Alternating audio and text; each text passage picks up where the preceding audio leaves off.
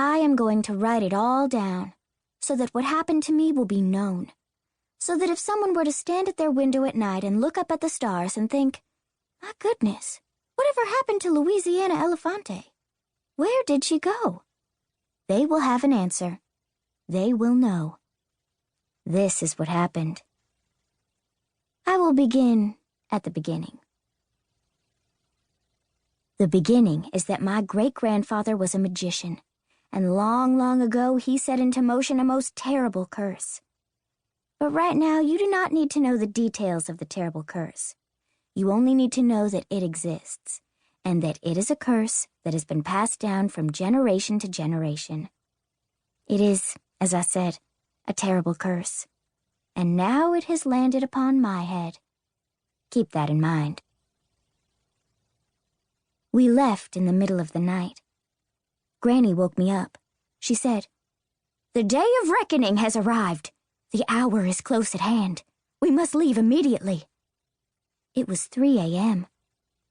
We went out to the car, and the night was very dark, but the stars were shining brightly.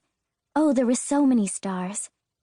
And I noticed that some of the stars had arranged themselves into a shape that looked very much like someone with a long nose telling a lie. The Pinocchio constellation. I pointed out the starry Pinocchio to Granny, but she was not at all interested. "Hurry, hurry," said Granny. "There is no time for stargazing. We have a date with destiny." So I got in the car and we drove away. I did not think to look behind me. How could I have known that I was leaving for good? I thought that I was caught up in some middle-of-the-night idea of Granny's, and that when the sun came up, she would think better of the whole thing. This has happened before. Granny has many middle-of-the-night ideas. I fell asleep, and when I woke up, we were still driving. The sun was coming up, and I saw a sign that said, "Georgia, 20 miles. Georgia! We were about to change states, and Granny was still driving as fast as she could, leaning close to the windshield because her eyesight is not very good, and she is too vain to wear glasses, and also because she is very short. Shorter almost than I am, and she has to lean close to reach the gas pedal. In any case, the sun was bright. It was lighting up the splotches and stains on the windshield and making them look like glow-in-the-dark stars that someone had pasted there as a surprise for me. I love stars.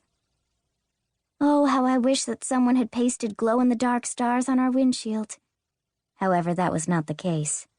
I said, "Granny, when are we going to turn around and go back home?"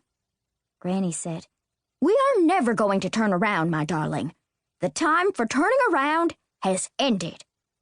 "Why?" I said. "Because the hour of reckoning has arrived," said Granny in a very serious voice. "And the curse at last must be confronted." "But what about Archie?" At this point in my account of what became of me, it is necessary for you to know that Archie is my cat, and that Granny has taken him from me before. Yes, taken. It is truly a tragic tale, but never mind about that.